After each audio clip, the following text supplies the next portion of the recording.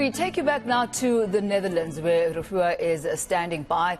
She's been focusing a lot yesterday. They did a trip looking at green hydrogen, which was very interesting, actually something that we'll be talking about a bit later on today. But let's touch base with Rufua for the latest in the business stories.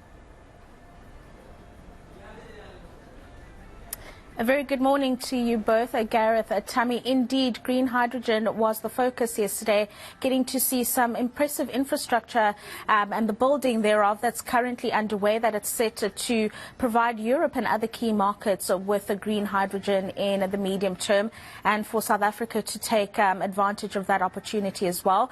Today is an important day as well because we get to meet His Majesty Willem-Alexander. He's going to be giving us a sense of the engagement he'll have with President Cyril Ramaphosa when he comes to South Africa for that state visit in the week of the 18th of this month. But another important topic that's happening back home in South Africa is the Joburg Indaba, which is a mining event that happens in Johannesburg on an annual basis, looking at key issues within the mining sector and solutions around them. And to discuss this year's edition, which takes place from tomorrow, we've got Alan Reid, who's a director for mining and minerals at Cliff Decker Hofmeyer.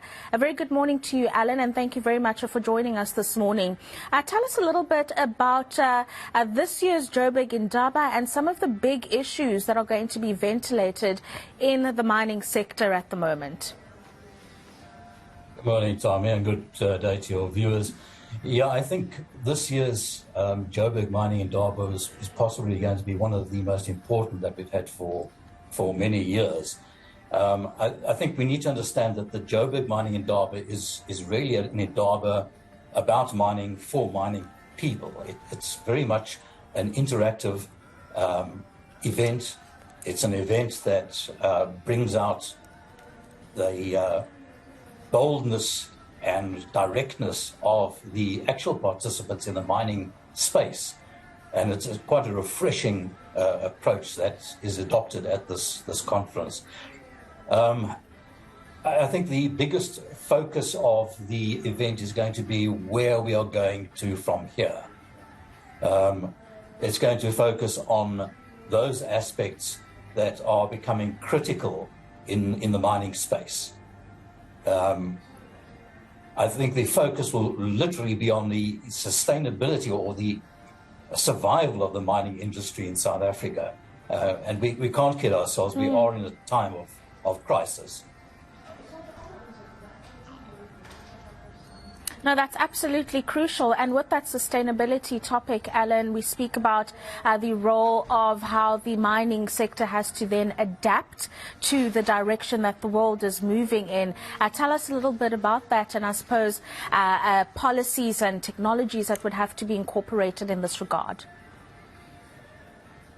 Yeah, look, I think under the sort of rubric of sustainability, we have a number of subheadings that one could look at. I mean, there's environmental sustainability, there's social sustainability, and economic, obviously, sustainability. The difference between South Africa and the rest of the world is quite stark.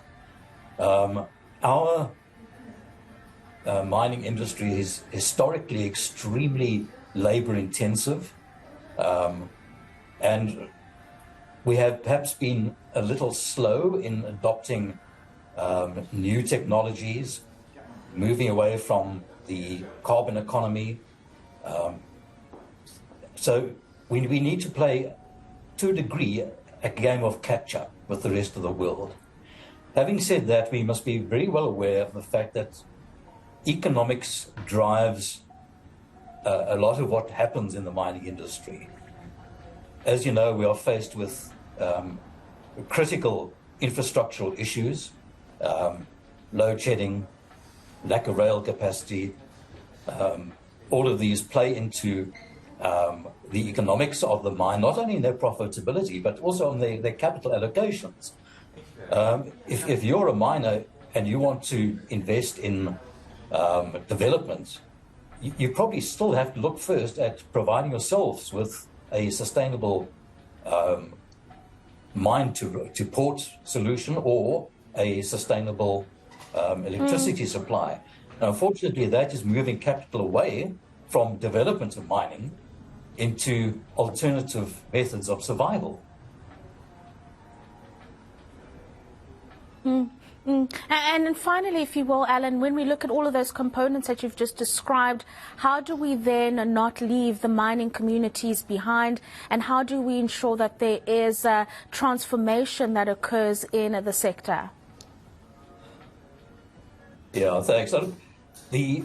That falls under social sustainability, and I think the mining companies have a long history of involvement with communities. It hasn't always been harmonious. But with the growing importance of social and labor plans within the mining space, you've seen mining companies take over a lot of the functions that were previously supplied by government. Hospitals, clinics, schools, road, water, all of those are supplied generally by the mining companies in the areas that they are working in.